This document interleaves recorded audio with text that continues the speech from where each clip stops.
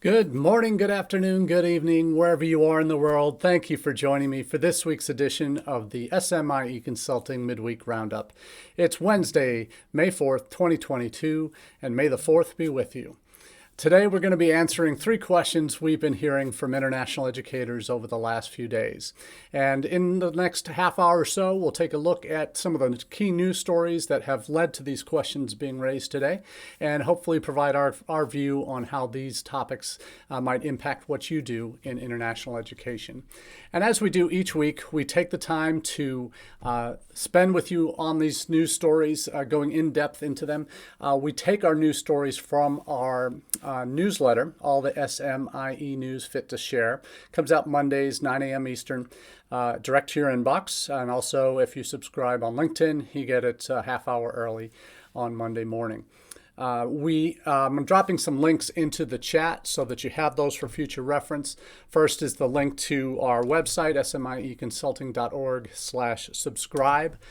Then a link to the most recent edition of the newsletter that you can subscribe to through our website.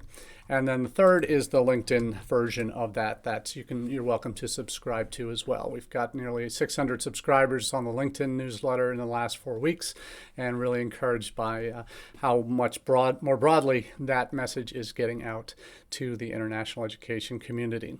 So really glad that you're with us today. It's an important time in the lead up. We all are getting ready in international education for what's coming up later this month in Denver with the return of in-person NAFSA. And after 3 years, it's been since May of 2019 since NAFSA's been in person.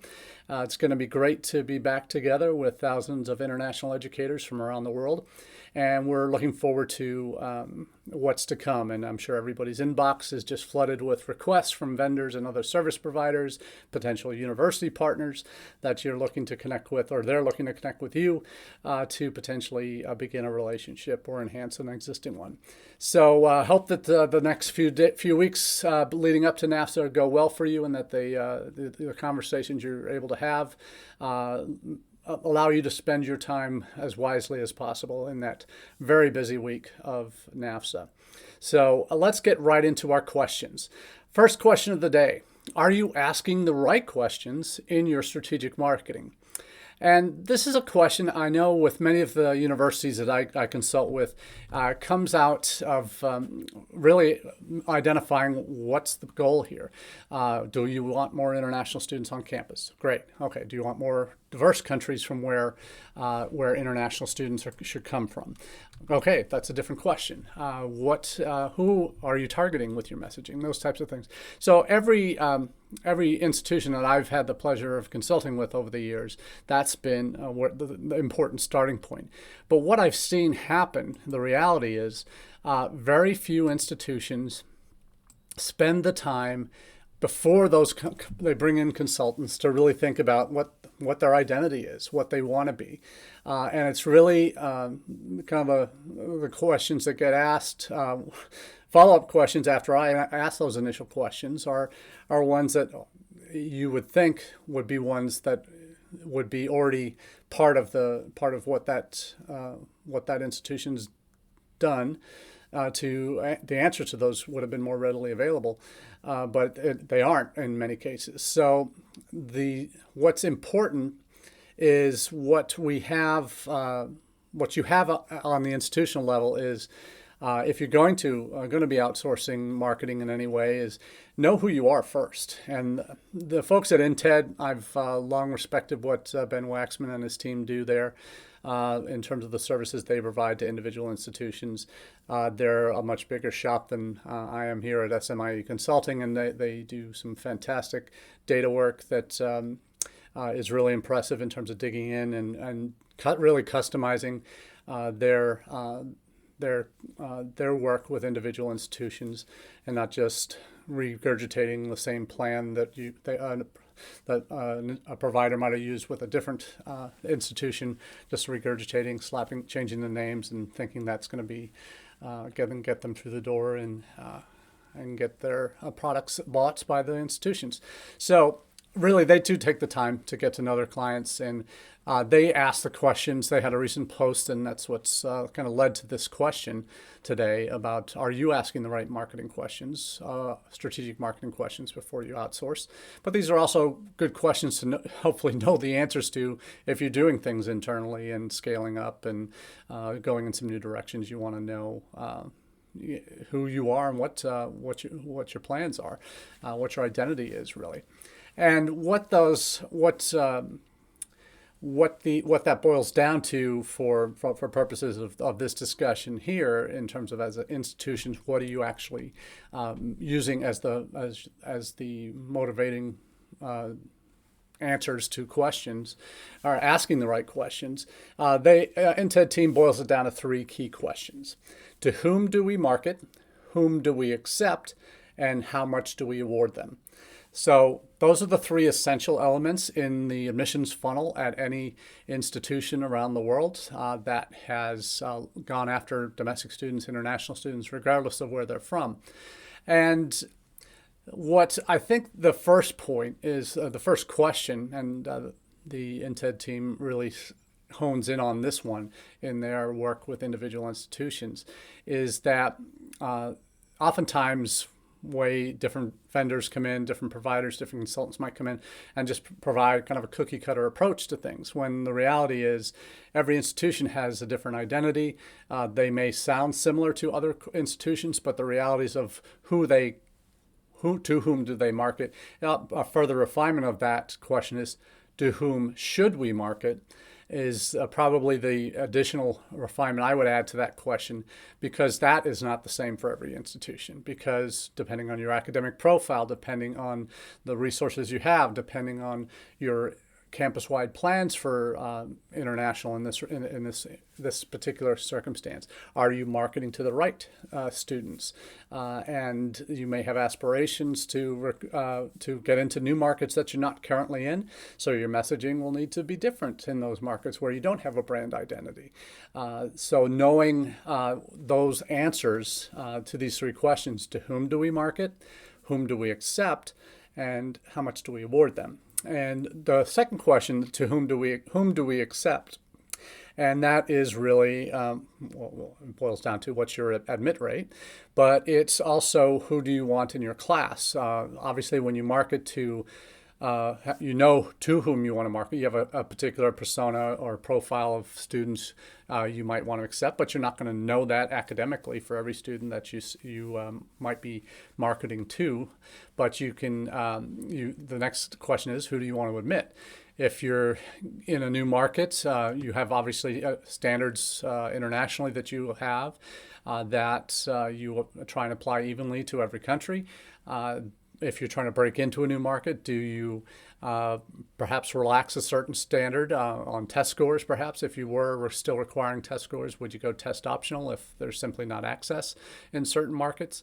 If you're not already test optional, and that can impact whom you accept in terms of their qualifications that they might have. In terms of English language proficiency, that's a part of the process for international students. Are you providing a wider range of English proficiency requirements or options for how students can demonstrate proficiency beyond just the standard English proficiency tests like TOEFL, IELTS, PTE, Academic, Duolingo, and others? Those are the ones that everybody knows, but do you have options for alternate ways they can demonstrate proficiency through the secondary education or the college level education they might already have had? If it's been fully in English, how are you documenting that? How are you regulating that in terms of, well, students in Cameroon from the English-speaking part of the country, maybe we should exempt them from having to take a TOEFL, IELTS, or PTE Academic or Duolingo. Maybe for students in Nigeria and Ghana, they've been educated in English from earliest days, and if that's their only language and it's been the language of education, do you waive it there? How about India? That's the big one. Do you waive English proficiency for any Indian student? That perhaps a little bit more of a gray area there, but Do you waive it for the education system that they're studying in? Like, for example, if they've been in IGCSEs and A levels, AS levels, A levels, if they've been in IB, do you waive it, waive the English proficiency program requirements? So these are the kinds of questions, if you have answers that will impact whom you want to accept. Beyond just an academic profile. So those are the things that you certainly want to consider when you're doing that. I love the way that they lay those out within the INTED framework there in the article that they've presented. They are really asking the kinds of questions because to whom you market also impacts the competitors, your competitors. Are you trying to compete with certain institutions? Domestically, you might have a certain set of competitors, but internationally, it could be it should and will be a whole different set of institutions that a student that might be applying to you from China or from India might have different institutions in the U.S., but also different institutions around the world that they may also be applying to at the same time. So knowing what your competitors are doing, not just in the U.S., but in other countries to attract students is something that you need to be focused on. Whom you accept is as we talked about with English proficiency in other areas. These are the things that you want to keep in mind. And the final question on who gets the scholarships, who do we award money to? It's a huge indicator of where a student goes is where they get funding. Particularly from the non-elite of every country that might be applying to study outside their home country. They're going to be looking for options that help and institutions that will help defray the costs of education because it is expensive and prohibitively so for most institutions in the U.S. If you are even a public institution, that total cost per year could be $40,000 plus.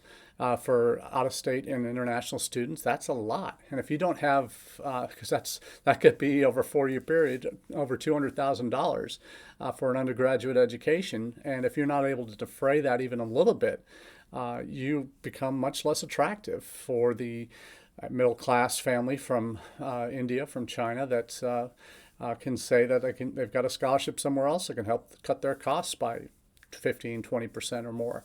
If you can't do that, then that's you by definition will be limiting who you can attract to your institution, and makes it just another strike against you in terms of trying to compete against other U.S. schools or institutions in other countries where their total cost is far lower than yours would be at your institution.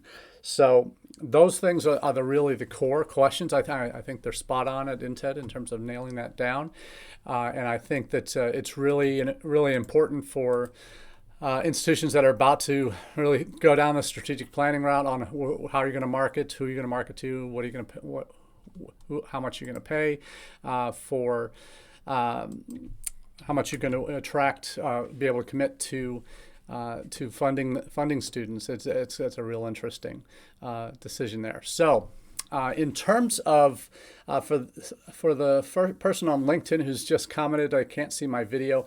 I apologize for that. But if you go to my Twitter feed for SMIE Consulting on Twitter/SMIE Consulting. You should be able to find that link there. Also on our Facebook page for SMIE Consulting. This is going live there as well. Sometimes LinkedIn makes it a little difficult, so I'm sorry it's not showing, the video's not showing for you there.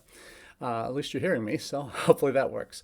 But we'll move on to our second question today, and that is why are China and India having relationship problems? We've had some news stories recently over the last few months, going back to last year when India was banning all sorts of Chinese apps to not allowing them to be downloaded by people in India. We really see we saw a border dispute that led to the deaths of soldiers on both sides last year as well, and that's something that always inflames tensions. What we have seen in relation to India and China is that it seems to be a lot of recently students. We talked about last week how students are being used as kind of pawns in a political power plays between the two countries. In addition to all those apps that India has banned in China, you have had the situation for the last 2 years, more than 2 years now, where Indian students that had been studying in China, who weren't able to get back in before the borders closed, have not been able to return to China to finish their programs. I've been doing everything online from mobile devices for the last 2 years. And they're fed up and they want to get back in. China's been slow to reopen and frankly has done a lot of damage to their reputation internationally, even though they might have handled the pandemic very well in the early days. What they've been doing lately is frankly more damaging than anything they've done related to the pandemic in the last 2 years. The lockdowns that have been going on in Shanghai for over 5 weeks now are just devastating. There are Americans and other Western teachers at international schools that have had to leave the country, have been evacuated from their countries to other Southeast Asian countries or come back home even. That was happening during the pandemic as well for American educators who are working in China at schools and universities. So China's really the zero COVID policy has negatively impacted them and their reputation. These Indian students who want to get back in aren't able to get back in, and China has refused until recently even admitting that they will have conversations about having students return from India. You've had India kind of threatened last week to revoke tourist visas or business visas or at least tourist visas for any Chinese coming into India, where they would not be allowed in. And that seems to have moved the conversation. We saw a news story early this week that China would consider bringing small groups of Indians back in. But there are 20,000 Indians that have been studying in China and who are not yet being allowed back in. Yet we do have a story in that China is now allowing Sri Lankan students to return, small groups again. Nothing significant or all-inclusive yet from any country. You've had stories as well that we're sharing that other Chinese other students, foreign students that are in that have been in China that are trying to leave haven't been allowed out. This has happened to a number of Korean students that were studying at Fudan University, one of the top institutions in the country, and Koreans at other international secondary schools that have not been able to return yet. I mentioned India suspending Chinese tourist visas. That's again the political tit for tat that's going on. So it's really kind of unfortunate that this is all happening as it has over the last few years, last 2 years, and it's been clearly there's some tension between China and India over borders, over economic decisions, over kind of political power plays that India's been trying to. Population-wise, they're fairly close to China, but they're different. They're the world's largest democracy, one of the world's largest youth populations, as opposed to China that's growing very old very rapidly. So there's some definite differences between China and India that are really impacting what's going on. So you have to look at what's happening there in the light of with the pandemic, but also just in the political tension between the two nations, to the most powerful nations in the Brics group: Brazil, Russia, China, India, China, South Africa, excuse me. That group is kind of after the G7, that's the next biggest bloc of countries in the world scene, and we're seeing some of that play out with Ukraine and Russia, as we talked about. But when it comes to international students, you really see some wrangling going on between China and India, the two biggest senders of international students around the world. So got a question here from a LinkedIn user. Which, according to you, would be recruiting more international students, USA or UK, as US is adding on new restrictions to the visa. I don't know if they're adding new restrictions to the visas. I don't know what you're specifically referring to there. If anything, the restrictions have been lifted and still are being made easier for students. We're still in pandemic mode in terms of regulations. In fact, the Department of Homeland Security a couple weeks ago announced that the existing pandemic level policy that allowed students to continue to do all online if they were enrolled pre-pandemic.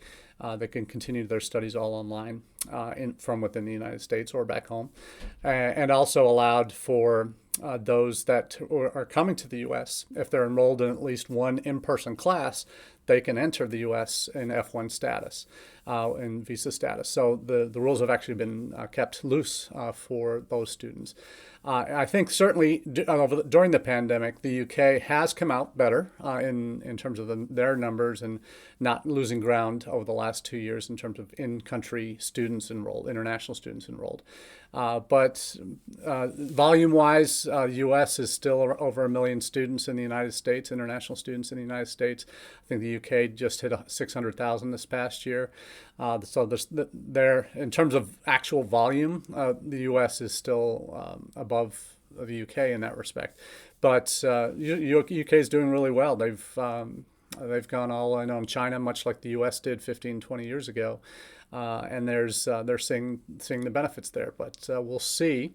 The China market is going to be, for most institutions, is going to be the big determinant one there in terms of who are the big winners, because numbers have been declining from China for the last 6 or 7 years to the U.S. They're still the number one source of students, but India may challenge that in the next 4 or 5 years, where India may go above China if more Indian undergraduates start coming. Indian graduates have always been coming to the United States in significant numbers, but we could see more We have been seeing more Indian undergrads, but I don't think we're getting anywhere near the volume that we had with Chinese undergraduates starting in the mid 2000s. So but your question is a very valid one in terms of shining a light on how competitive the global market is for international students these days. The pie has gotten a lot bigger, and this is one thing I always tell my university clients when we talk about what you need to be focusing on and how you talk about your institution in the global marketplace. Is U.S. back in 2000 had about 30% market share of the globally mobile student market. By 2021, we're down to 20%. So the U.S. share of the overall international student mobile pie has shrunk, but our numbers have doubled in that time, from over 500,000 to over 1 million currently. So it's a bigger pie, a much bigger pie. There are over 5 million students currently studying outside their home country right now. U.S. has 20% of that pie right now. There have been other players in addition to the UK and Australia, like Canada, that have come onto the scene like gangbusters, as well as China as a destination for international students in the last 5 years, 5 to 10 years. And so you see a much more competitive global marketplace. And going back to that first question, are you asking the right questions in your strategic marketing? Are you asking how you're going to recruit and how are you going to message to students in particular countries, and how do you reflect your values as an institution, but also your country in relation to other countries around the world that are going after likely the same students? So very, very important question that you ask, and one that no real easy answers. There are more U.S. institutions that are actively recruiting now than ever before, and certainly more in the U.S. that are recruiting than there are in in Canada, Australia, and the U.K. combined. So just by sheer volume, we're going to be recruiting more international students. So a little bit of a simplistic answer to your question there. So cover both sides there. And the final question of the day, can international ed and environmental responsibility exist together? And this is going to be a theme we're going to be hearing more of. In fact, today, NAFSA launched its 2-day international or virtual version of the conference that's going to be happening in Denver later this month. But their virtual program had a session this morning. In fact, it might be going on as we're speaking right now. on international ed and sustainability, environmental sustainability. So these are topics that are very much front and center of the issues these days. And we see on two articles that I'll be presenting here. One is from the PI News on international education deeply implicated in the global climate crisis. And for those of you that aren't already subscribed to the Chronicles Latitudes newsletter, that's Karen Fisher has put out over the last couple of years. One of the most recent editions from last Wednesday, the theme was on international sustainability. On international education and making it more sustainable. There's an accord called the Climate Action Network for International Educators, CANE, the CANE Accord. It's a global grassroots nonprofit organization. It asks signatories to agree to a set of broad principles, and this is from Karen's newsletter. The signatories agree to a broad set of principles for sustainability and climate action and pledge to take a half a dozen steps of their choosing to combat the climate crisis.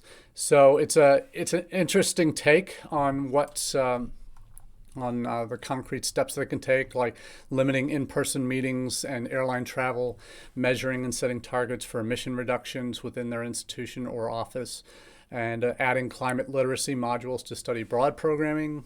They can also expand international ed opportunities that involve less travel, including virtual exchanges, better integration of global learning into the curriculum, and offering all or part of a degree program to international students in their home countries.